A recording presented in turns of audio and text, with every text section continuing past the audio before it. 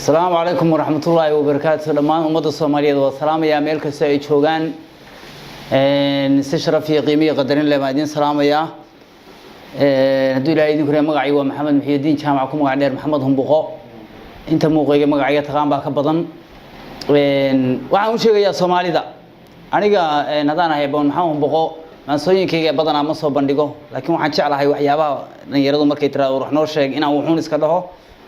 وحن الله هاي horta tahriibtan uu nabahay caalamka iyo in dalka shay la tago dadkuna uu meel iska joogo in tahriib la aado waa nabahay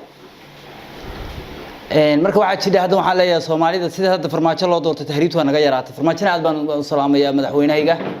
isaga khayr raba Allah idin karaamayaan leeyahay Soomaalida habowday waa hore huleeshay waa xusheeg Soomaalida habowday waa hore huleeshay hoygeedii dumisay hilibkeedii qalatay habqan baa ka haray waka tahriibku howlan huuri baa la saaray hir baa lagu daray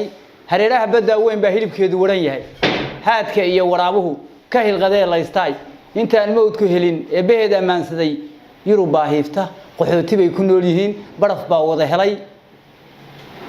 hoos miyaad u eegteen halka aad ku nooshiin hoy miyaad ku leedihiin waa horaad ogeydeen anigoo hamuun qaba haraadku ka daran yahay hibe ee bakeen deeqdiisu waa hodan dalkeenni hagaag dawlad baa la helay madaxweyne daacada shacabku u hiliyay oo loo hanweyn yahay baa tahay farmaajo waxaan kaloo ku sheegayaa dhankaan leexnaba dib baa nala hor dhagay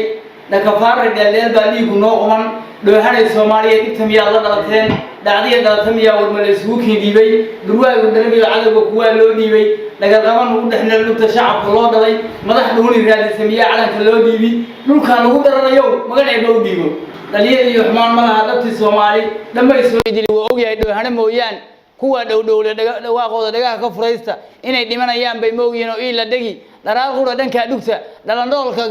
Ingiriis anagu dharka uma dhiibin dhilqa qaamuus miyaa lagu dhigaa dharka ka gala dhalasho Soomaaliya oo calanka u dhiibay dhaxal uma yeelana xamar waa tii dhaxad adag dalaanka iyo haweenka ha ku dhahaan hadalka dhaameela waxaan sheegayaa kuwa xunka hadana yirqaadka iyo waxaas